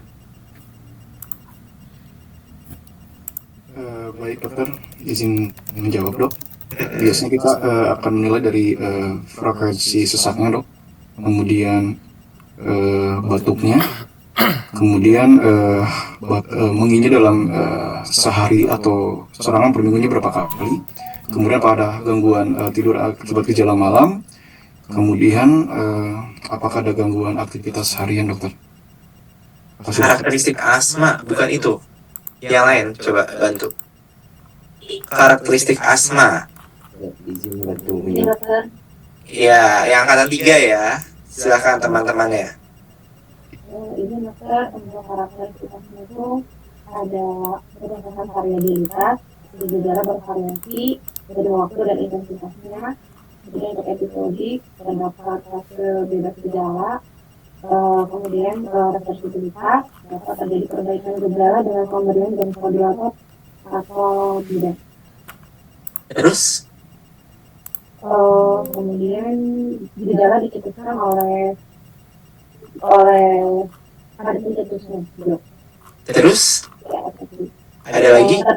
Terdapat lebih dari satu gejala dan lebih berat pada malam atau pagi hari.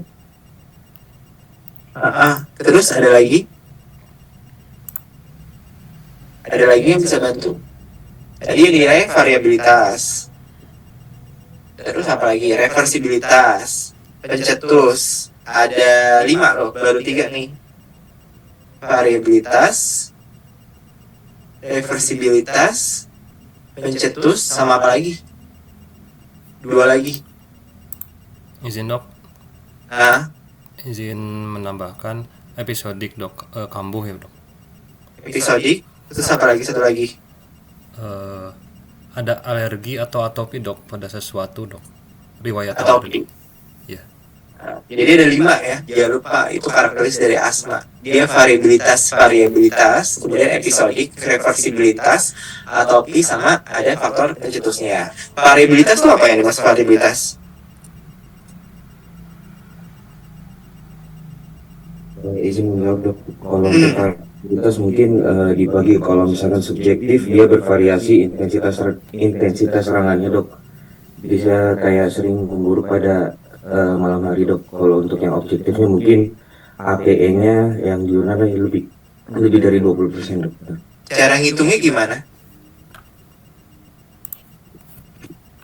Angkatan 1, cara hitung APE-nya. Udah pernah ngitung nggak kalian? Kayak yang Pneumo Mobile itu loh dok, dari tabelnya itu. Nggak usah pakai Pneumo Mobile. Ada rumusnya. Izin dokter, yang APE tertinggi dikurang terendah dibagi rata-rata kali 100%. Bukan. Variabilitas hariannya dok itu jadi ukur APE-nya itu di pagi dan malam dok, lalu dihitung variabilitas hariannya diurnalnya selama 2 minggu dok. Kemudian nanti dengan rumus variabilitas harian sama dengan APE malam dikurang APE pagi per setengah dari APE malam ditambah dengan APE pagi baru dikali 100%, Dok. Nah, ya. Jadi dikatakan APE diurnal lebih dari 20%. Ya, itu ya. Oke.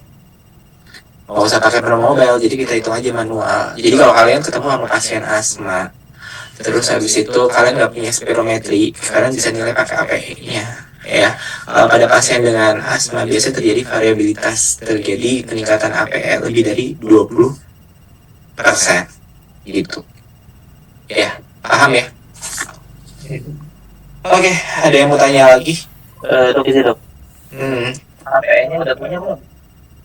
Tanya dokter Nurman, punya APE nggak di ruangan? Ya dok, izin dokter perihal APE, saya sudah konfirmasi ke dokter Duni beberapa minggu yang lalu dok. Kemudian beliau menanyakan untuk di mana, kami jawab untuk di ruangan RSPG dok. Lalu beliau menginformasikan nanti akan dikoordinasikan lagi dengan prodi dok. Gini aja deh, di ruangan siapa? Sekolah, patungan, 100.000 nggak nyampe kok. Yang di ruangan siapa? Yang di ruangan siapa? Izin dokter kami dok. Dari uang kelas kami sudah saya pesankan dok untuk APE-nya. Namun untuk corongnya itu kan mungkin ganti ya dok, nanti sedang dicari. Dokter cari aja APE-nya, kan ada banyak merek tuh, ada yang OneMed ya. Paling harganya berapa sih dok? 100 ribuan dok. 100 ribuan. Ada berapa ruangan di sana? 4 dokter. 4. Poli ada nggak? APE? Poli Fatmawati? Hanya ada spirometri dokter. APE ada nggak? Perlu nggak kira-kira di poli APE?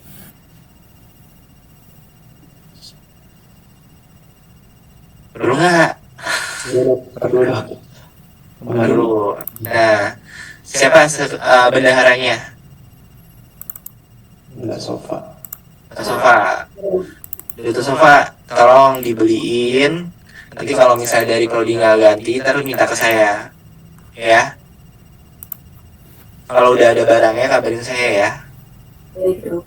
Ya, makasih ya Dokter Sofa ya. Belilah buat di ruangan kalian tuh ada berapa sih? Ada 4 ruangan, ada berapa ruangan di RSPG? Ada 4 ruangan dokter, Tanjung, teratai, KCP atas, KCP bawah dokter. Nah, tuh belilah setiap ruangan minimal 1. Terus di poli RSPG ada nggak APE? Siapa yang lagi poli RSPG?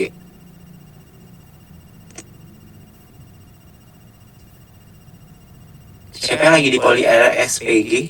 Poli paru RSPG? Nggak ada? Iya dok. Nah, ada APE-nya nggak, Dokter Ina? Nggak ada, adanya spirometri. Perlu nggak APE kira-kira? Belum sih dok. Nah, nanti belilah tuh ya. Jadi, terus di Fatmawati ada berapa poli? Poli parunya? Di Fatma ada 4 dok. Ada 4 poli. Iya. Ada nggak APE? Nggak ada juga ya di sana. Cuma spirometri doang. Belilah ya. Jadi beli tuh 10 dok. Itu sofa. Nanti dibagi-bagi ya, terus kalian namain, jangan sampai hilang. Itu buat turun temurun nanti. Ya. Ntar kabarin saya kalau udah beli ya dok. Saya mau mastiin aja dan udah dibeli atau belum. Iya. Ya. Oke. Jadi kemarin di poli juga dokter Silmi sempat menyampaikan dok kalau bisa kami PDS ada punya itu dok yang apa USG gendong dok katanya. USG gendong buat di Fatma sama di RSF dok. Karena kalau di RSF sendiri kalau pasien yang di teratai itu sulit dok untuk dapat USG didorong-dorong ke sana dok. Kata dokter Silmi. Jadi kalau bisa ada USG juga dok. USG ya? Iya nanti kita usahakan ya. Kalau USG kan harganya lumayan mahal ya, puluhan juta ya. Nanti saya mintakan ya, karena yang di RSPG Cisarua aja belum ada nih. Tapi kalau yang di RSPG sih saya harap kalian ya lebih ke katanya ya anak ruangannya, dalam artian kalau ada ketemu pasien fototoraks yang curiga efusi ya kalian coba USG pinjem lagi, gimana caranya? Boleh nggak sih minjem di IGD alat USG? Fair-fair aja nih. Medannya aspal dok. Kalau di RSPG naiknya tuh, jadi rada-rada untuk manajemennya rada-rada berat buat minjemin ke ruangan. Nah kemarin saya dapet tuh yang wireless, cuman adanya linear dok. Kalau linear boleh, tapi kan measurementnya kurang akurat ya dok. Kalau linear tuh dok, cuman kelihatan superficialnya doang. Lu masih bisa lihat dok linear, ya coba aja lah, nggak apa-apa. Kalau linear bisa minjem dari ICU dok. Bisa, boleh minjem dari ICU. Bisa. Itu dapatnya yang bukan wireless sih dok, yang pakai tablet itu dok. Itu nggak bisa disetting. Bukannya setahu saya ada Itu beberapa yang itu bang, yang dibilang dokter Sheila bang. Oh iya, tapi maksud gue kan di dia kan tuh ada linear ya bang. Maksud gue kan memang bentukan perutnya linear. Bisa nggak sih disetting jadi perut yang ini? Memang bisa beli lagi bang, beli prop baru. Harus beli perutnya lagi ya. Baru. Nah tapi menurut gua nggak masalah sih bang pakai linear. Emang ada hambatan efusi pleural pakai prop linear? Ya sih pernah pakai linear aman ya. Nanti kalian coba Biasa aja. aja. Gua jadi Pertamina pakai linear bang. Lu pakai linear? Iya. Iya sih, gue juga pernah waktu PPDS pakai yang linear karena yang ini yang nggak ada. Dicoba aja ya. Anak ruangan siapa nih? Ada Versha, ada Aldi. Udah pernah coba belum? Udah pernah dok, waktu itu Bang Awan sudah saya suruh ambil dari ICU waktu itu. Ayo, PPDS saya kirim videonya ke dokter tuh pakai yang itu dok. Yang ya. Jadi anak ruangan tuh belajar cara USG ya gimana sih, terus jadi kalau USG itu jangan cuma ngelihat ini ada efusi atau enggak, tapi lihatlah komponen lainnya juga gitu. Tunggu, saya tanya dulu, kemarin yang acara PDPI USG Toraks pada ikut nggak? Gitu kan? Yang mana bang? Ikut nggak? PDPI banget. Penyajinya menampilkan gambaran apa tuh paling banyak? Linear loh. Jadi nggak ada masalah dengan linear harusnya. Apalagi udah pernah ngelihat kuliah yang kayak gitu, ditampilin kok gambarnya. Harusnya nggak ada masalah. Oke, ya dicoba aja ya pakai itu ya. Oke. Baik dokter. Bener nih ya, anak ruangan ya. Jadi untuk laporan jaga selanjutnya, kalau ada pasien efusi udah ada hasil foto USG-nya. Deal? Baik, Deal dah. silakan dok. Silakan dok. Deal ya.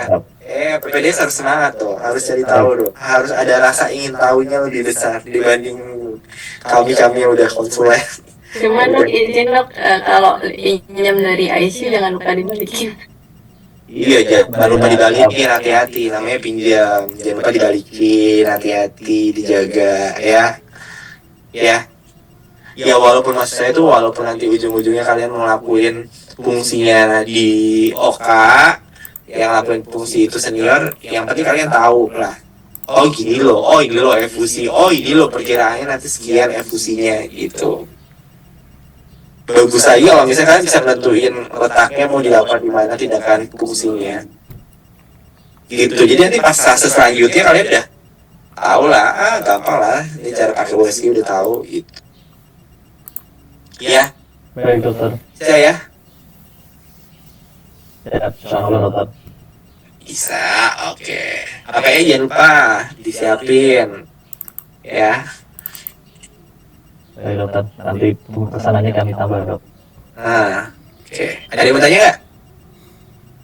Ada masalah nggak kalian selama stase di ruangan, stase di Fatmawati?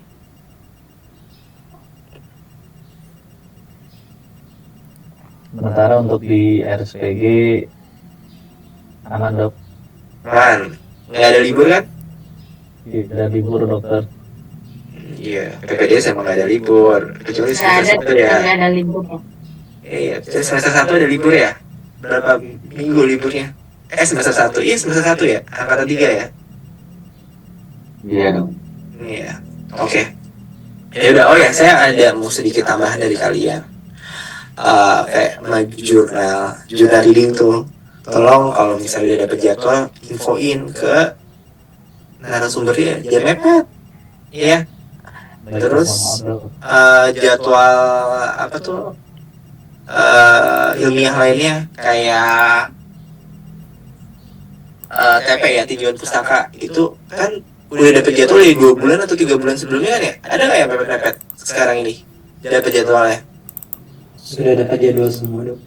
Udah dapet kan? Dari jauh-jauh hari kan? Ada dua, Dok. Kemarin pembimbingnya masih di otak-atik. Tadinya kan saya dapat pembimbing Fatmawati. Sekarang pembimbingnya dari RSPG Dr. Iqbal. Gitu, Dok. Ada berapa pembimbing, Dok? 2 jadinya. Akhirnya. 2 kan? Yang satunya tapi kan tetap kan? Nggak ada perubahan kan? Tetap dokter di Januari baru dikasih jadwal kemarin. Nah, terus kalau TP1, TP2 itu kan pakai bahasa Indonesia semuanya. Dari segi penulisan makalahnya, presentasinya, sama PowerPoint-nya. Sedangkan TP3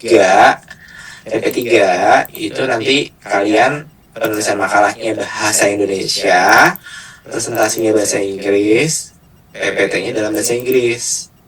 Ngerti? Ya, jadi yang semester 3 nanti kan TP3 nih, jadi kayak gitu ya, penulisan makalahnya dalam bahasa Indonesia, kemudian PPT dan presentasinya dalam bahasa Inggris. Oke, itu mengenai tinjauan pustaka. Dokter Nurman ada yang mau nambahin nggak, Dok? Ya, saya bingung kenapa udah semester 3 bikin slide masih seperti mahasiswa S1 ya. Ini pelajaran dewasa, jadi dikasih tahu aja tuh harus berkali-kali. Jadi setiap dikasih tahu, maaf dok, maaf dok, mau sampai kapan, maaf-maafan, mau nyangka lebaran. Jadi ya udah aja, udah dikasih tahu ini ya langsung. Slide yang barusan aja juga gitu kan. Dibacanya nggak enak, kecil-kecil, jadi kita yang nonton juga ya nggak kelihatan. Tolong ya, itu masa udah harus berapa semester ngajarin bikin presentasi yang baik itu harus berapa semester? Itu rasanya susah sekali gitu. Terus lapor-lapor TP harusnya semester 3 jadi contoh ya. Masa semester 3 ngelapor kurang dari 2 bulan? Nah, bagaimana tuh? Harusnya contoh buat yang bawa-bawanya. Kalau kalian hancur, ke bawah hancur. Contoh semester 3. Mau apa yang mau dicontoh kalau semester 3-nya kayak gini? Nah, pada introspeksi diri deh. Saya bukan menyalahkan, tapi saya kecewa aja. Gue dikasih tahu, susah banget ya. Mengubahnya susah banget. Iya dok, kami akan memperbaiki. Mana sih tunggu-tunggu ada perbaikan? Itu aja dok. Saya sih harapnya biar perbaikan yang benar-benar perbaikan lah. Dan perbaikan bukan formalitas. Terus ya kalau misalnya ke konsulen, pelapor itu jangan kosongan. Dok, saya baju TP.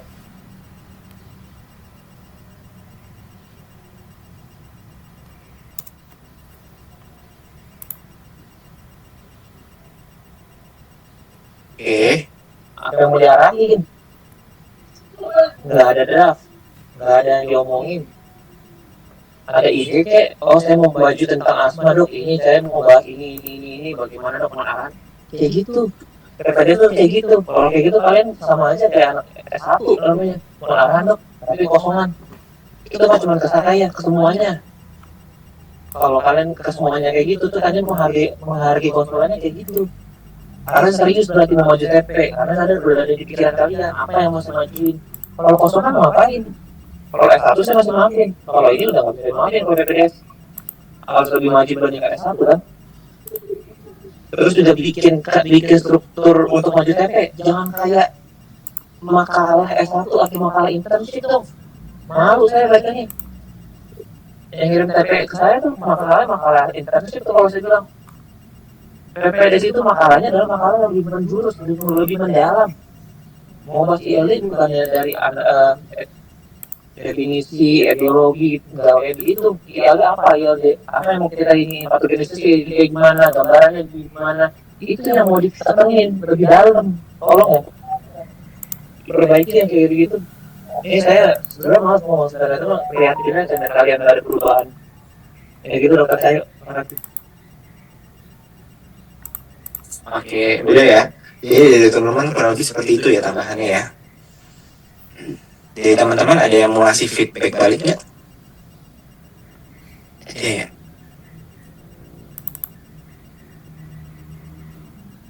Terima kasih dok atas arahan dan bimbingannya dok. Mohon tetap. Iya, namanya kita lagi belajar ya. Mungkin ada beberapa konsulen yang cuek, ada beberapa konsulen yang mau mengarahkan, memberikan arahan. Ya kita terima, ambil positifnya.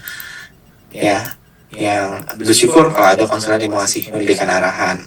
Arahannya penting arahan ke arah yang baik gitu ya. Ya. Oke, namanya kita masih belajar ya. Kamu masih belajar, kalian masih belajar, saya juga masih belajar kok. Juga saya masih belajar menjadi pendidik yang baik itu seperti apa. Kalian juga belajar menjadi seorang pelajar yang baik itu kayak gimana. Ya.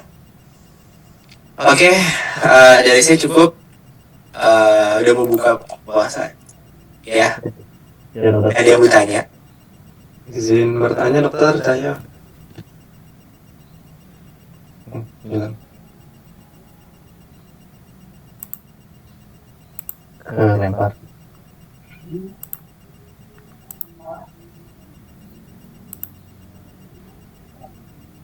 Mohon izin dokter Nurman, mengingat menjelang buka puasa, apakah sudah bisa ditutup dok? Silakan dok, tutup. Saya udah buka soalnya. Baik dokter, terima kasih dok. Baik, untuk dokter Andri mungkin nanti pertanyaan bisa disampaikan melalui WA Group atau Japri ya dok. Terima kasih untuk arahan dan bimbingannya kepada dokter Cahyo dan dokter Nurman. Terima kasih juga atas perhatiannya seluruh rekan-rekan P3DS, dan khususnya terima kasih juga untuk penyaji pada hari ini. Semoga kita bisa mendapatkan keberkahan ilmu dan menjadikan itu ilmu yang manfaat. Mari kita tutup dengan berdoa terlebih dahulu. Bismillahirrahmanirrahim. Allahumma inna nasta'udzika ma 'allamtanahu farzuqhu ilaina inda hajatina wa la tunzinahu ya rabbal alamin. Terima kasih. Saya Staf Moderator, mohon maaf apabila ada kekurangan. Mari kita akhiri sesi diskusi topik ini dengan bacaan hamdalah dan doa kifaratul majelis. Alhamdulillahirabbil alamin. Subhanakallahumma bihamdika asyhadu an la ilaha illa anta astaghfiruka wa atubu ilaik. Assalamualaikum warahmatullahi wabarakatuh. Waalaikumsalam. Terima kasih dokter Nurman. Terima kasih.